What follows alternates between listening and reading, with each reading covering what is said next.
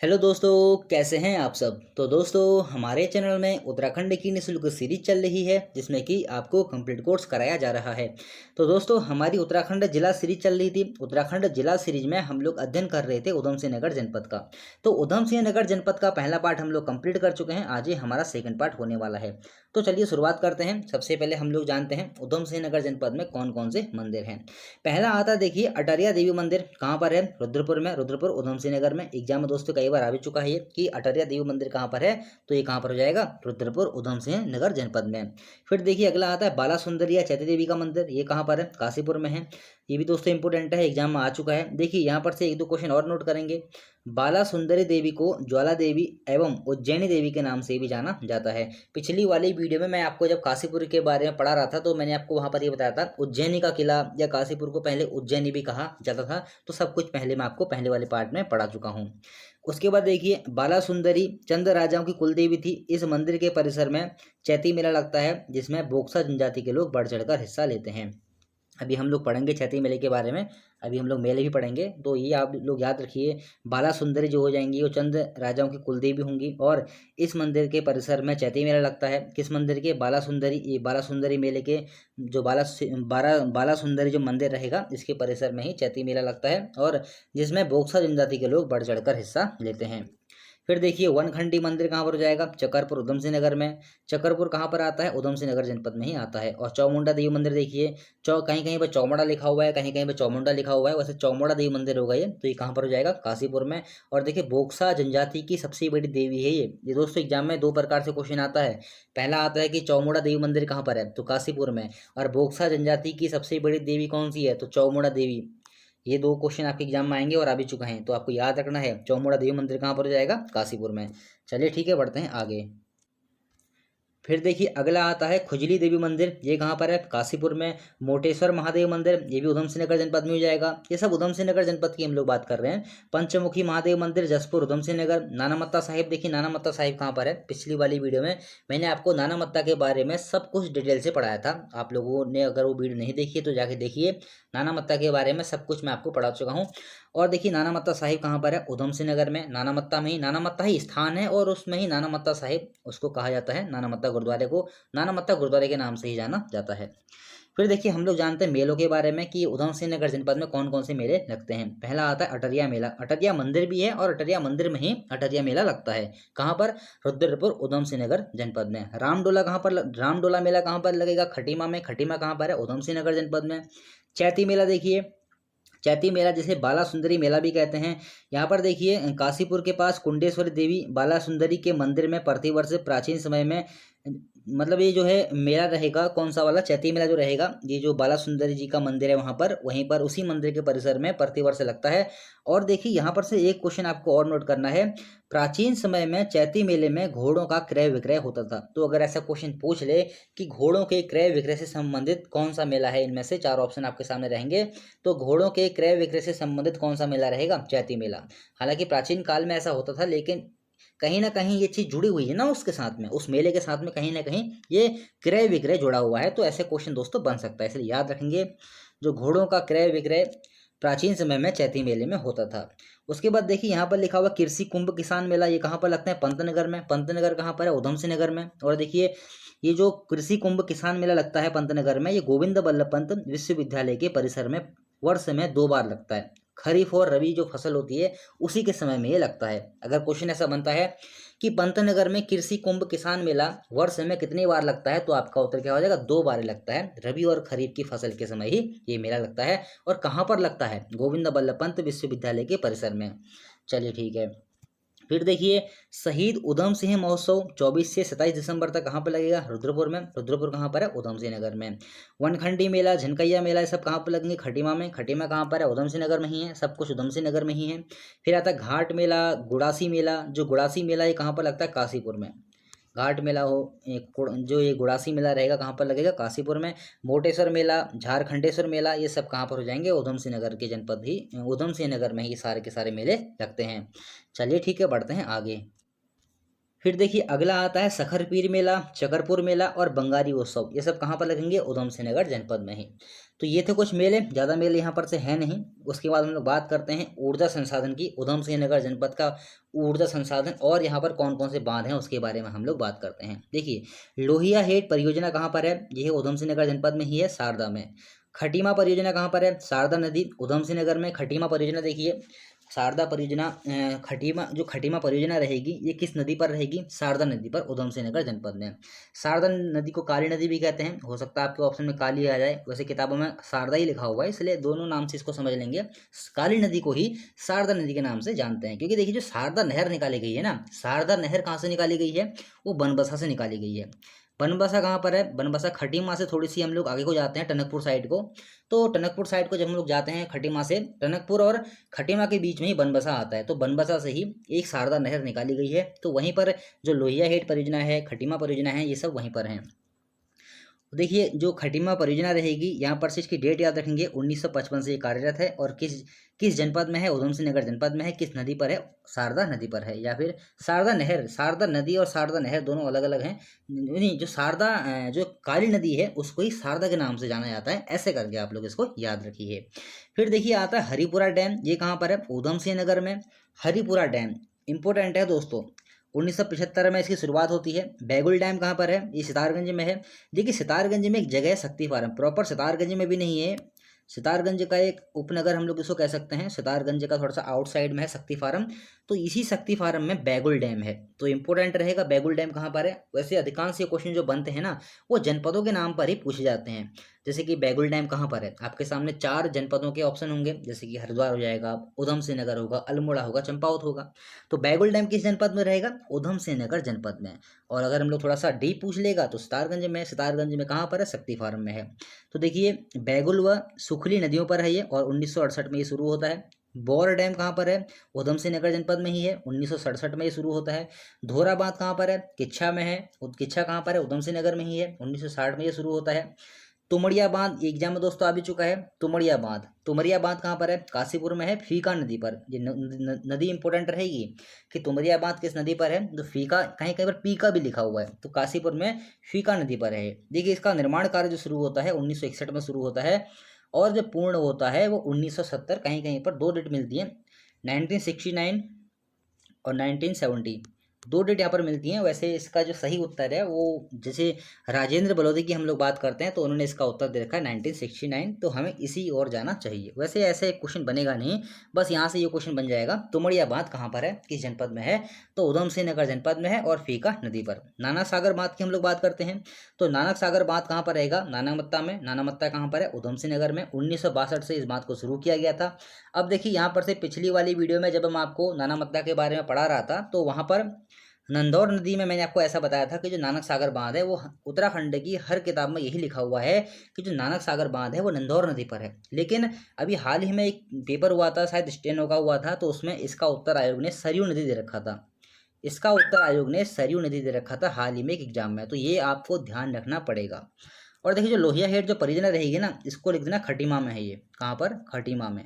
कभी कभी दोस्तों एग्जाम में क्वेश्चन ऐसे पूछ लिए जाते हैं, थोड़ा डीप पूछ लिया जाता है। लोहिया हेड परियोजना कहाँ पर रहेगी? ये रहेगी खटीमा पर। तो नानक सागर बांध, इसका डेट इंपॉर्टेंट रहेगा 1962, आपको याद रखना है, इसकी डेट याद रखनी है, क्योंकि बड़ा बांध है ये, और धार्मिक दृष्टि से भी ये महत्वपूर्ण है, क्योंकि नानक सागर जो नानामत्ता का जो गुरुद्वारा है उसी के पीछे नानक सागर बांध है। 1962 और प्लस यहाँ पर से नंदौर नदी प्लस सरयू नदी आपको यहाँ पर से याद रखनी है। चलिए ठीक है, बढ़ते हैं हम लोग आगे। तो देखिए अब हम लोग बात कर लेते हैं उधम सिंह नगर जनपद के औद्योगिक क्षेत्र की। जैसे कि उधम सिंह नगर जो जिला है वो तराई क्षेत्र में आता है, तो तराई क्षेत्र में जो औद्योगिक क्षेत्र होते हैं उनकी मात्रा अधिक होती है, क्योंकि तराई वाला क्षेत्र है। पर्वतीय क्षेत्रों में थोड़ी कठिनाई आती है, लेकिन तराई वाले क्षेत्रों में कोई कठिनाई नहीं आती है। तो देखिए एल्डिगो सिटकोल इंडस्ट्रियल पार्क लिमिटेड कहाँ पर हो जाएगा? सितारगंज में। सितारगंज कहाँ पर है? उधम सिंह नगर जनपद में ही। और सिटकुल फेज 2 ये कहाँ पर बनाया जा रहा है? सितारगंज उधम सिंह नगर में ही। देखिए जो एल्डिगो सिटकोल इंडस्ट्रियल पार्क लिमिटेड रहेगा, इसकी कभी कभी इसको ऐसे पूछ लिया जाता है शॉर्ट फॉर्म में, जैसे ESI, यहाँ पर मैं लिखा हुआ है देखिए ESIPL, कि आपके सामने ऐसा ऑप्शन रहेगा कि ESIPL कहाँ पर है, ESIPL कहाँ पर है, या ESIPL इंडस्ट्रियल एरिया कहाँ पर है, तो आपको याद रखना है सितारगंज में। जो यहाँ पर से मैंने लिखा हुआ है ना, एल्डिगो सिडकुल इंडस्ट्रियल पार्क लिमिटेड, इसकी शॉर्ट फॉर्म देखिए। एल्डिगो मतलब ई से आ जाएगा, सिडकुल मतलब एस से हो गया, इंडस्ट्रियल आई हो गया, पार्क पी हो गया और लिमिटेड एल हो गया। तो ऐसे करके भी इसको आपको याद रखना है। जो शॉर्ट फॉर्म अगर आपसे पूछ ले ESIPL कहाँ पर है, या फिर एल्डिगो सिडकुल इंडस्ट्रियल पार्क लिमिटेड कहाँ पर है, सितारगंज उधम सिंह नगर में। सिडकुल फेज 2 कहाँ पर हो जाएगा, तो ये भी सितारगंज में ही है। राज्य में सर्वाधिक चीनी मिलें किस जिले में हैं, तो ये उधम सिंह नगर जिले में ही है। Nestle, Britannia, HCL, green ply, Dabur कंपनियां, ये सब कहाँ पर हो जाएंगी, पंतनगर में। और यहाँ पर से नेस्ले से संबंधित तो एग्जाम में क्वेश्चन पूछा भी गया है, ये नेस्ले कंपनी है वो कहाँ पर है, तो ये पंतनगर इसका उत्तर हो जाएगा। तो यहाँ से हो सकता है क्वेश्चन बन जाए यहाँ पर से, इसलिए आपको ये सब याद रखनी है। उसके बाद देखिए, एशिया का सबसे बड़ा कागज कारखाना कहाँ पर है, तो Century paper and pulse board. देखिए ये प्रश्न तो एग्जाम में काफ़ी बार आ चुका है, 100 से ऊपर बार उत्तराखंड के एग्जाम में ये क्वेश्चन पूछा जा चुका होगा। तो एशिया का सबसे बड़ा कागज उद्योग Century paper and pulse board कहाँ पर हो जाएगा, लाल कुआं नैनीताल में। और लाल कुआं ये ऑप्शन में आता है, ये लाल कुआं ही ऑप्शन में आता है। तो ऐसे करके आपको याद रखना है। देखिए वैसे तो हम लोग उधम सिंह नगर जनपद पढ़ रहे हैं, लेकिन यहाँ पर से क्वेश्चन बाई चांस नैनीताल जनपद का ऐड हो गया है, तो कोई दिक्कत नहीं है, इसको आपको नैनीताल वाले जनपद में ऐड कर लेना। तो एशिया का सबसे बड़ा कागज कारखाना कहाँ पर हो जाएगा, नैनीताल जनपद में, लाल कुआं में। हालांकि अगली वाली वीडियो हमारी नैनीताल जनपद की ही आएगी, एक ही जनपद हमारा बचा हुआ है। फिर देखिए, राज्य में अधिकांश कागज उद्योग नैनीताल तथा उधम सिंह नगर जिलों में है, ये भी नोट कर लेंगे। राज्य की सबसे पुरानी सूती वस्त्र मिल, ये भी एग्जाम में कई बार क्वेश्चन आ चुका है कि राज्य की सबसे पुरानी सूती वस्त्र मिल कहाँ पर है, तो ये है काशीपुर में। फिर देखिए, Himalayan food park, Himalayan food park कहाँ पर है, तो ये सितारगंज में। सितारगंज कहाँ पर है, बार बार बोल रहा हूँ, उधम सिंह नगर में ही है। ये राज्य का दूसरा फूड पार्क है। अगर आपसे क्वेश्चन में ये पूछ ले कि जो हिमालयन फूड पार्क सितारगंज में बनाया जा रहा है, तो राज्य के कौन से नंबर का फूड पार्क है, तो आपका उत्तर क्या हो जाएगा, दूसरे नंबर का फूड पार्क है। अब पहला कौन सा है, तो पहला हरिद्वार में है, कौन सा, पतंजलि हर्बल एवं फूड पार्क, जिसको कि हम लोग पढ़ चुके हैं पहले ही। अब जो हिमालयन फूड पार्क है, ये कब से शुरू होता है, तो 8 अप्रैल 2018 से इसको शुरू किया गया था। चलिए ठीक है। फिर देखिए, मिनी स्पाइस यानी कि मसाला पार्क, या ऐसे एग्जाम में क्वेश्चन आ जाएगा कि मसाला पार्क या मिनी स्पाइस पार्क कहाँ पर है, तो ये है कहाँ पर, सितारगंज उधम सिंह नगर में। और एक देखिए, एक और आता है, दो हैं वैसे उत्तराखंड में, दो आते हैं जो मसाला पार्क उत्तराखंड में दो हैं। मिनी स्पाइस पार्क या फिर मिनी मसाला पार्क को उत्तराखंड में दो जगह पर हमको देखने को मिलते हैं। एक मिलता है विकास नगर देहरादून में, नोट कर लेंगे, एक मिलता है विकास नगर देहरादून में, और एक मिलता है कहाँ पर, सितारगंज उधम सिंह नगर जिले में। चलिए ठीक है, बढ़ते हैं हम लोग आगे। फिर देखिए, उत्तराखंड में इथेनॉल प्लांट कहाँ पर है, कई बार दोस्तों एग्जाम में क्वेश्चन आ भी चुका है, ये इथेनॉल प्लांट कहाँ पर हो जाएगा, तो ये हो जाएगा बाजपुर में। फिर देखिए, राज्य की सभी पेपर मिलें समाहित हैं, तो ये सभी की सभी पेपर मिलें किसमें समाहित हैं, काशीपुर क्लस्टर में। पर्यावरण संरक्षण हेतु मशीनरी में हेतु केंद्र द्वारा देश के प्रथम क्लस्टर के रूप में किस क्लस्टर को चुना गया है, तो ये चुना गया है काशीपुर क्लस्टर को। इंपॉर्टेंट क्वेश्चन हो जाएगा कि पर्यावरण संरक्षण हेतु मशीनरी में, हेतु यहाँ पर से काट देंगे, डबल लिख दिया गया है। तो पर्यावरण संरक्षण हेतु मशीनरी में केंद्र द्वारा देश के प्रथम क्लस्टर के रूप में किस क्लस्टर को चुना गया है, तो आपका उत्तर क्या हो जाएगा, काशीपुर क्लस्टर को। फिर देखिए, एकीकृत औद्योगिक आस्थान, देखिए जैसे कि उत्तराखंड में 7 हमको बड़े सिडकुल देखने को मिलते हैं, बड़े इंडस्ट्रियल एरिया देखने को मिलते हैं अलग अलग जनपदों में। तो देखिए यहाँ पर से एक और आता है, एकीकृत औद्योगिक आस्थान पंतनगर, कहाँ पर हो जाएगा, उधम सिंह नगर में। पंतनगर कहाँ पर है, उधम सिंह नगर में। एकीकृत औद्योगिक आस्थान पंतनगर किस जनपद में रहेगा, उधम सिंह नगर में। इसका क्षेत्रफल कितना है, तो देखिए 3234 एकड़ में फैला हुआ है। और देखिए, राज्य का सबसे अधिक क्षेत्रफल वाला ये औद्योगिक आस्थान है, नोट कर लेंगे। राज्य का सबसे अधिक क्षेत्रफल वाला औद्योगिक आस्थान कौन सा है, तो एकीकृत औद्योगिक आस्थान पंतनगर, जो कि उधम सिंह नगर जनपद में आता है, इसको नोट कर लेंगे, मोस्ट इंपोर्टेंट रहेगा। फिर देखिए, महिला उद्यमिता पार्क कहाँ पर है, तो प्रदेश सरकार द्वारा महिला उद्यमियों हेतु सितारगंज फेज 2 में 10 एकड़ में इसको स्थापित किया जा रहा है। तो महिला उद्यमिता पार्क कहाँ पर रहेगा, तो ये रहेगा सितारगंज में ही। जो सितारगंज में सिडकुल फेज 2 बनाया जा रहा है, उसी में ही 10 एकड़ में इसको स्थापित किया जा रहा है। फिर देखिए, शिक्षा संस्थान एवं अन्य संस्थानों की हम लोग बात करते हैं, कौन कौन से हैं सितारगंज में, वो उधम सिंह नगर जनपद में। तो देखिए, गोविंद वल्लभ पंत कृषि एवं प्रौद्योगिकी विश्वविद्यालय पंतनगर, तो देखिए ये कहाँ पर है, पंतनगर उधम सिंह नगर में है। देखिए ये ऑप्शन में आता है ना, तो ऑप्शन में से पंतनगर ही लिखा रहता है, पंतनगर पंतनगर ही लिखा रहता है। जो पंतनगर नाम जो है वो गोविंद बल्लभ पंत के ही नाम पर इसका नाम पंतनगर पड़ा हुआ है।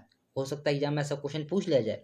तो जो पंतनगर का नाम है वो किसके नाम पर रखा गया है, तो गोविंद बल्लभ पंत के नाम पर ही पंतनगर का नाम रखा गया है। तो देखिए गोविंद बल्लभ पंत कृषि एवं प्रौद्योगिकी विश्वविद्यालय कहाँ पर है, ये पंतनगर में है, उधम सिंह नगर में। स्थापना कब होती है, स्थापना देखिए पंडित जवाहरलाल नेहरू ने इसकी स्थापना की थी 17 नवंबर 1960 को अमेरिकन लैंड ग्रांट पैटर्न पर इसकी स्थापना की थी। ये दोस्तों क्वेश्चन इंपॉर्टेंट है कि गोविंद बल्लभ पंत कृषि एवं विश्वविद्यालय की स्थापना जो कि पंतनगर में स्थापित है, जवाहरलाल नेहरू ने इसकी स्थापना किस पैटर्न पर की थी, तो आपका उत्तर क्या हो जाएगा, अमेरिकन लैंड ग्रांट पैटर्न पर इसकी स्थापना जवाहरलाल नेहरू ने 17 नवंबर 1960 को की थी। फिर देखिए यह देश का पहला कृषि विश्वविद्यालय है। अगर एग्जाम में क्वेश्चन बनता है कि देश का पहला कृषि विश्वविद्यालय कौन सा है, तो आपका उत्तर क्या हो जाएगा, गोविंद बल्लभ पंत कृषि एवं प्रौद्योगिकी विश्वविद्यालय देश का पहला कृषि विश्वविद्यालय है। अब देखिए 1972 में इसको यह नाम मिला। मतलब क्या हुआ, मतलब कि देखिए पहले इसका नाम क्या था, कृषि एवं प्रौद्योगिकी विश्वविद्यालय। 1972 में इसके आगे गोविंद बल्लभ पंत जोड़ा गया। क्वेश्चन दोस्तों आ सकता है कि जो पंतनगर में जो कृषि एवं प्रौद्योगिकी विश्वविद्यालय है उसके आगे गोविंद बल्लभ पंत नाम कब जोड़ा गया, तो आपका उत्तर क्या हो जाएगा, 1972 में। चलिए ठीक है, बढ़ते हैं आगे। फिर देखिए पंतनगर विश्वविद्यालय के प्रथम कुलपति कौन थे, तो ये थे कौन, एंथोनी पार्कर स्टीवेसन। नोट कर लेंगे इसको भी। पंतनगर विश्वविद्यालय के प्रथम कुलपति एंथोनी पार्कर स्टीवेसन इसके प्रथम कुलपति थे। देश में हरित क्रांति लाने में पंतनगर विश्वविद्यालय का प्रमुख योगदान है। या हम लोग कह सकते हैं कि देश में हरित क्रांति लाने में पंतनगर विश्वविद्यालय का सर्वाधिक योगदान है। क्वेश्चन इंपॉर्टेंट है, आ सकता है, इसलिए नोट कर लेंगे। उसके बाद देखिए भारतीय प्रबंधन संस्थान IIM, काफ़ी बार दोस्तों एग्जाम में क्वेश्चन आ चुका है कि ऐसे क्वेश्चन आता है कि IIM कहाँ पर है। इसकी शॉर्ट फॉर्म से ये क्वेश्चन पूछा जाता है कि IIM कहाँ पर है उत्तराखंड में। तो IIM कहाँ पर रहेगा, काशीपुर में। अगर फुल फॉर्म पूछ ले भारतीय प्रबंधन संस्थान, दोनों को याद रखेंगे। काशीपुर में है ये, और इसकी स्थापना भी आती है एग्जाम में। तो 29 अप्रैल 2011 को इसको स्थापित किया गया और यह देश का 13वां IIM है। यहाँ पर से सारे क्वेश्चन इंपॉर्टेंट रहेंगे। फिर देखिए सेंट्रल मेडिसिनल एवं एरोमेटिक प्लांट संस्थान कहाँ पर है, तो उधम सिंह नगर जिले में ही है।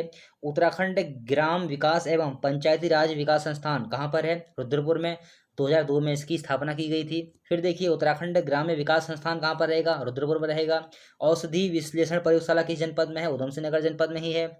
फिर देखिए गन्ना विकास संस्थान काशीपुर में। देखिए यहाँ पर से कंफ्यूजिंग वाले दो क्वेश्चन हैं, इसलिए मैंने साथ में लिखे हुए हैं। एक तो आता है गन्ना विकास संस्थान। अगर आपसे पूछे कि गन्ना विकास संस्थान कहाँ पर है, तो आपका उत्तर क्या हो जाएगा, काशीपुर में। अगर आपसे पूछ ले गन्ना अनुसंधान केंद्र कहाँ पर है, तो आपका उत्तर क्या हो जाएगा, हरिद्वार में। तो ये क्वेश्चन आपको कंफ्यूज कर सकते हैं एग्जाम में, इसलिए मैंने दोनों यहाँ पर साथ में लिखे हुए हैं। उसके बाद देखिए राष्ट्रीय लघु उद्योग विकास निगम कहाँ पर है, तो ये भी उधम सिंह नगर जनपद में ही आता है। चलिए ठीक है, बढ़ते हैं आगे। फिर देखिए फूलबाग हवाई अड्डा कहाँ पर है, ये है पंतनगर उधम सिंह नगर में। ये भी दोस्तों क्वेश्चन आ चुका है कि फूलबाग हवाई अड्डा कहाँ पर है, तो फूलबाग हवाई अड्डा कहाँ पर जाएगा, पंतनगर उधम सिंह नगर में। देखिए जो फूलबाग हवाई अड्डा रहेगा पंतनगर, या पंतनगर एयरपोर्ट जो रहेगा, इससे कार्गो एयरपोर्ट के रूप में विकसित किया जा रहा है। तो ऐसे क्वेश्चन कभी कभी बन जाते हैं, तो याद रखेंगे कार्गो एयरपोर्ट के रूप में उत्तराखंड के किस एयरपोर्ट को विकसित किया जा रहा है, तो फूलबाग हवाई अड्डा जो कि पंतनगर में है। पंतनगर का यह नाम गोविंद बल्लभ पंत के नाम पर पड़ा, जिसको नोट करेंगे, आपको बता ही चुका हूँ। फिर देखिए उत्तराखंड में प्रथम गन्ना उत्पादक जिला कौन सा है, तो ये है उधम सिंह नगर। संपूर्णानंद खुली जेल कहाँ पर है, तो कहाँ पर है, सितारगंज उधम सिंह नगर में। ये दोस्तों क्वेश्चन आ भी चुका है कि संपूर्णानंद खुली जेल कहाँ पर है, तो ये कहाँ पर है, सितारगंज उधम सिंह नगर में। कृषक संसाधन विकास संस्थान कहाँ पर रहेगा, तो ये रहेगा किच्छा उधम सिंह नगर में। खटीमा गोलीकांड, देखिए यहाँ पर से मैंने लगा रखा है क्वेश्चन मार्क। ये क्वेश्चन मार्क मैंने यहाँ पर इसलिए लगा रखा है क्योंकि देखिए उधम सिंह नगर जिले में जैसे कि खटीमा कांड होता है, उससे संबंधित जो भी प्रश्न आते हैं पूरा का पूरा डिटेल में कैसी कैसी घटनाएं घटी थी, क्या हुआ था। जब हमारा उत्तराखंड का आंदोलन वाला हमारी जो सीरीज चल रही थी, तो वहां पर से उत्तराखंड के सारे आंदोलन मैंने कवर करवाए थे, जिसमें मैंने उत्तराखंड का काला दिवस जिसे कहा जाता है 1 सितंबर 1994, तो इसको भी मैंने वहाँ से कवर करवाया था। आप लोग वहाँ जाके देख सकते हैं। दोबारा दोस्तों जो चीज़ मैंने पढ़ा दी है वो दोबारा आपको नहीं पढ़ाऊंगा, क्योंकि इसमें समय जाया होगा। आप लोग वहाँ से पढ़िए, सब कुछ मैंने उत्तराखंड के आंदोलन की सीरीज चला रखी है। करीब 30-35 उत्तराखंड के आंदोलन मैंने वहाँ पर आपको करवा रखे हैं, तो आप लोग वहाँ पर जाके देख सकते हैं। तो देखिए खटीमा गोलीकांड कब हुआ था, ये आप लोग याद रखिए, 1 सितंबर 1994 को। आता है कई बार, और यहाँ से क्वेश्चन अंदर से ही पूछे जाते हैं, इसलिए कह रहा हूँ वहाँ पर उत्तराखंड का जो देखिए आपको करना क्या है, हमारे चैनल की प्लेलिस्ट में जाएंगे तो वहाँ पर से उत्तराखंड के आंदोलन वाली आपको एक उसमें आपको एक फोल्डर मिलेगा, आपको उसमें क्लिक करना है, आपको सारी वीडियो मिल जाएंगी। अच्छा, पिछली वाली वीडियो में हम लोगों ने पढ़ा था शहीद उधम सिंह के बारे में थोड़ा बहुत, तो वहाँ पर से थोड़ा सा मिस्टेक हो गई थी। वो मिस्टेक क्या थी, मैंने आपसे ये कहा था 1940 में शहीद उधम सिंह नगर ने जनरल डायर की हत्या की थी। अब ये डायर भी जो थे ना, ये दो डायर थे, ये थे दो डायर। तो वहां पर से देखिए थोड़ा सा मैंने आपसे ये कहा था कि जो 1919 वाला जो डायर था जिसने कि गोली चलाने का आदेश दिया था, मैंने आपसे ये कहा था कि उसकी हत्या उधम सिंह ने की थी 1940 में। लेकिन देखिए यहाँ पर से दोनों नाम सेम थे, तो थोड़ा सा कंफ्यूज हो गया था, तो कंफ्यूजिंग था थोड़ा सा। तो देखिए यहाँ पर से आपको करना क्या है, दो आते हैं देखिए। एक तो आता है sir Michael Francis O Dyer, वैसे इसको सर माइकल ओ डायर के नाम से ही जाना जाता है, किताबों में आपको यही देखने को मिलेगा, लेकिन जो इसका पूरा नाम है वो है सर माइकल ओ डायर। वैसे कहीं कहीं आपको ये ऐसे भी देखने को मिलेगा, ओ डायर ऐसे करके, ओ डायर के नाम से भी देखने को मिलेगा, जनरल ओ डायर। तो आप लोग समझ गए होंगे। तो जनरल माइकल ओ डायर देखिए 1912 से 1919 तक ये पंजाब का लेफ्टिनेंट रहा था, लेफ्टिनेंट पंजाब का रहा था, लेफ्टिनेंट गवर्नर। अब देखिए होता क्या है, जिस समय जलियांवाला बाग हत्याकांड होता है ना, पंजाब में ही होता है, तो उस समय जो पंजाब का लेफ्टिनेंट होता है वो कौन होता है, ये रहता है उस समय sir Michael Francis O Dyer, उस समय पंजाब का लेफ्टिनेंट रहता है 1912 से लेकर 1919 तक। अब देखिए इसी जनरल ओ डायर की हत्या की थी शहीद उधम सिंह ने 1940 में। क्यों की थी, इसलिए की थी क्योंकि जलियांवाला बाग हत्याकांड के लिए इसी को जिम्मेदार ठहराया गया था। किसको, जो sir Michael Francis O Dyer था, जलियांवाला बाग हत्याकांड के लिए इसी को जिम्मेदार ठहराया गया था। सारी की सारी गलती इसी की मानी गई थी, इसीलिए शहीद उधम सिंह ने सही समय आने पर, मौका आने पर इसकी हत्या की थी। तो यहाँ पर से क्वेश्चन दोस्तों आपसे उलझाने के लिए पूछ सकता है, ऑप्शन में ओ डायर करके भी होगा, जनरल डायर करके भी होगा। तो शहीद उधम सिंह ने 1940 में किसकी हत्या की थी, सर माइकल ओ डायर की हत्या की थी, जो कि 1919 जलियांवाला बाग हत्याकांड के समय पंजाब का लेफ्टिनेंट था, लेफ्टिनेंट जनरल, लेफ्टिनेंट गवर्नर हम लोग कह सकते हैं। तो शहीद उधम सिंह ने इसकी हत्या की थी कब, 1940 में। अब देखिए जनरल डायर कौन था, जनरल डायर वो था जिसने 1919 में जलियांवाला बाग हत्याकांड कराने में, जो जलियांवाला बाग हत्याकांड हुआ था उसमें गोली चलाने का जो आदेश दिया था, वो दिया था जनरल डायर ने। तो देखिए इसकी तो मृत्यु हो जाती है 1927 में ही, जो ये वाला जनरल डायर रहेगा ना जिसने कि गोली चलाने का आदेश दिया था, इसकी मृत्यु तो हो जाती है 1927 में ही। तो यहाँ पर से आपका अगर आपको कुछ रहा हो तो आपका कन्फ्यूजिंग यहाँ पर से जो भी आपका रहा होगा, जो भ्रांतियाँ आपके दिमाग में रही होंगी वो मैंने आपकी दूर कर दी। तो यहाँ पर से अगर क्वेश्चन पूछा जाएगा किसकी हत्या की थी शहीद उधम सिंह ने, तो O Dyer, general O Dyer की, इतना याद रखिए, ओ डायर करके याद रखिए, पूरा नाम याद रखने की जरूरत नहीं है, ओ डायर करके आपको याद रखना है। चलिए ठीक है, अगर ये वाला क्वेश्चन पूछ ले कि गोली चलाने का आदेश किसने दिया था, तो आपका उत्तर क्या हो जाएगा, जनरल डायर ने। इसकी मृत्यु कब होती है, 1927 में। फिर देखिए गोविंद बल्लभ पंत चीनी मिल कहाँ पर है, तो ये किच्छा में है। ये क्वेश्चन भी दोस्तों एग्जाम में आ चुका है, गोविंद बल्लभ पंत चीनी मिल कहाँ पर रहेगी, किच्छा उधम सिंह नगर में। चलिए ठीक है, बढ़ते हैं आगे। तो अब हम लोग बात कर लेते हैं उत्तराखंड उधम सिंह नगर में कौन कौन सी ताल और झीलें हैं। पहले आता है हमारा द्रोण ताल, कहाँ पर है, द्रोण ताल कहाँ पर जाएगा, काशीपुर में। ऐसा माना जाता है कि गुरु द्रोणाचार्य अपने शिष्यों के साथ यहीं पर रहते थे और यहीं पर वो अपने शिष्यों को धनुर्विद्या सिखाते थे। तो द्रोण ताल का संबंध गुरु द्रोणाचार्य से भी माना जाता है, तो याद रखेंगे। वैसे ऐसे अगर एग्जाम में क्वेश्चन आ जाए कि उत्तराखंड का कौन सा ताल गुरु द्रोणाचार्य से संबंधित है, तो वैसे ही नाम से आप लोग उसको बता सकते हैं, द्रोण ताल। बस आपको इतना याद रखना है कि द्रोण ताल कहाँ पर है, तो काशीपुर में है ये। फिर देखिए गिरी सरोवर कहाँ पर है, तो ये भी काशीपुर में ही है।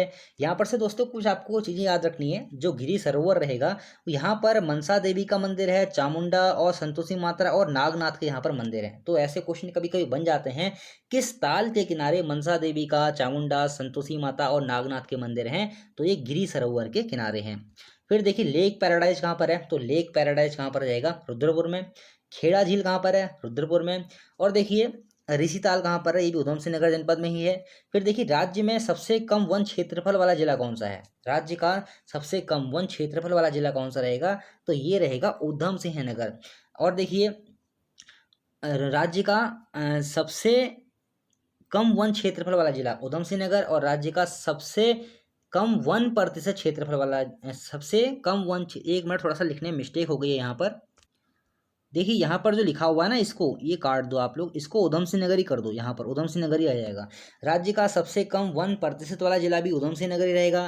देखिए जो एग्जाम में क्वेश्चन बनते हैं ना, दो तरीके से बनते हैं। पहला आता है कि क्षेत्रफल की सबसे कम क्षेत्रफल वाला जिला कौन सा रहेगा, और दूसरा बनेगा प्रतिशत को लेकर। तो यहाँ पर से दो प्रकार से आपसे क्वेश्चन पूछे जाते हैं।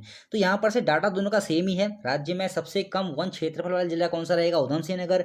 और राज्य का सबसे कम 1% वाला जिला भी कौन सा रहेगा, तो वो रहेगा कौन सा, उधम सिंह नगर। इसका उत्तर भी यही हो जाएगा। अब देखिए राज्य का सर्वाधिक 1 क्षेत्रफल वाला जिला कौन सा है, तो यह है पौड़ी। राज्य का सर्वाधिक 1 क्षेत्रफल वाला जिला कौन सा है, पौड़ी। और राज्य का सबसे कम 1 क्षेत्रफल वाला जिला, राज्य का सबसे कम तो हो जाएगा हमारा उधम सिंह नगर प्रतिशत में। सर्वाधिक कौन सा हो जाएगा, नैनीताल। तो ये क्वेश्चन दोस्तों बार बार एग्जाम में आते रहते हैं। एक बार आपसे फिर से बोल देता हूँ अच्छे से, देखिए राज्य में सबसे कम 1 क्षेत्रफल वाला जिला कौन सा हो जाएगा, उधम सिंह नगर। राज्य का सर्वाधिक 1 क्षेत्रफल वाला जिला कौन सा हो जाएगा, पौड़ी। ठीक हो गया, इसको काट देंगे नैनीताल को। फिर आपसे क्वेश्चन पूछा जाएगा राज्य का सबसे कम 1% वाला जिला कौन सा है, तो ये कौन सा हो जाएगा, उधम सिंह नगर।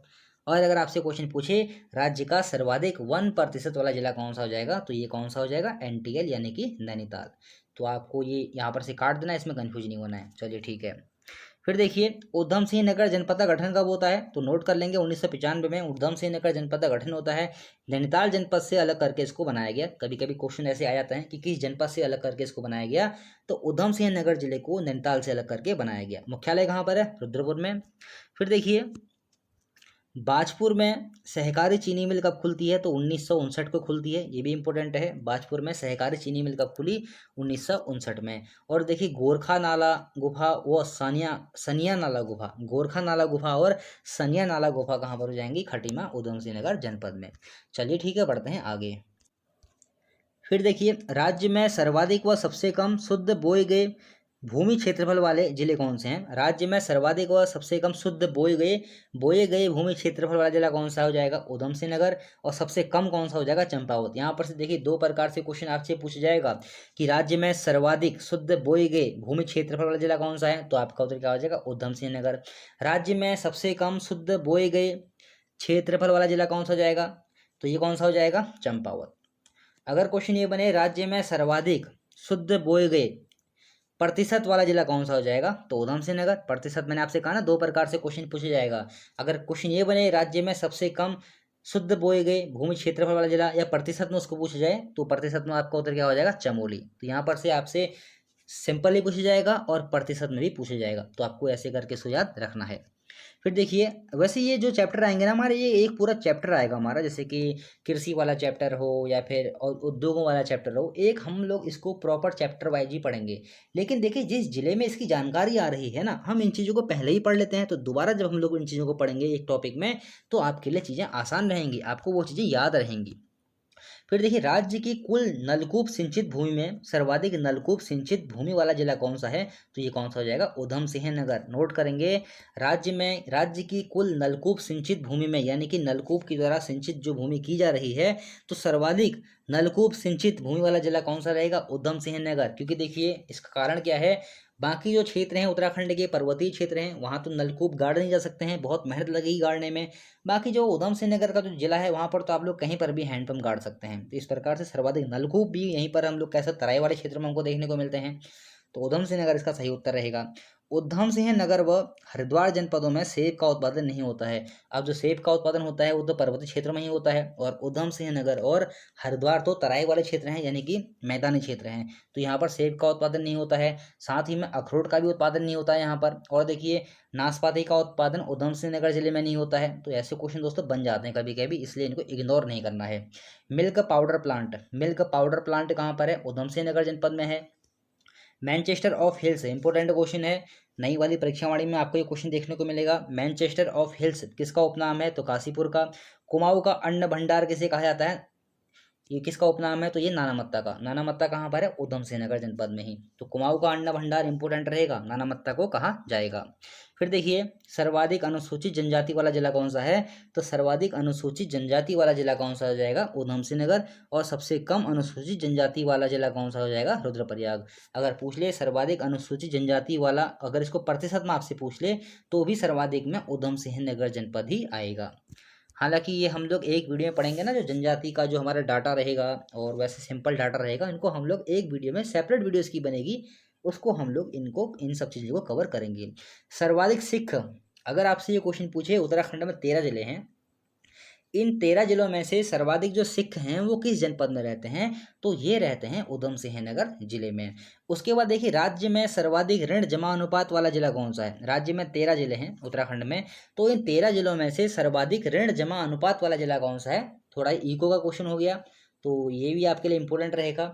राज्य में सर्वाधिक, उत्तराखंड में सर्वाधिक ऋण जमा अनुपात वाला जिला कौन सा है? तो ये है उधम सिंह नगर जिला। तो दोस्तों इस प्रकार से आपकी जिला सीरीज के 12 चैप्टर कंप्लीट हो चुके हैं, मतलब 12 जिला हमारे कंप्लीट हो चुके हैं। अब एक जिला आपका और बचता है नैनीताल, उसको भी हम लोग जल्द ही कवर कर लेंगे।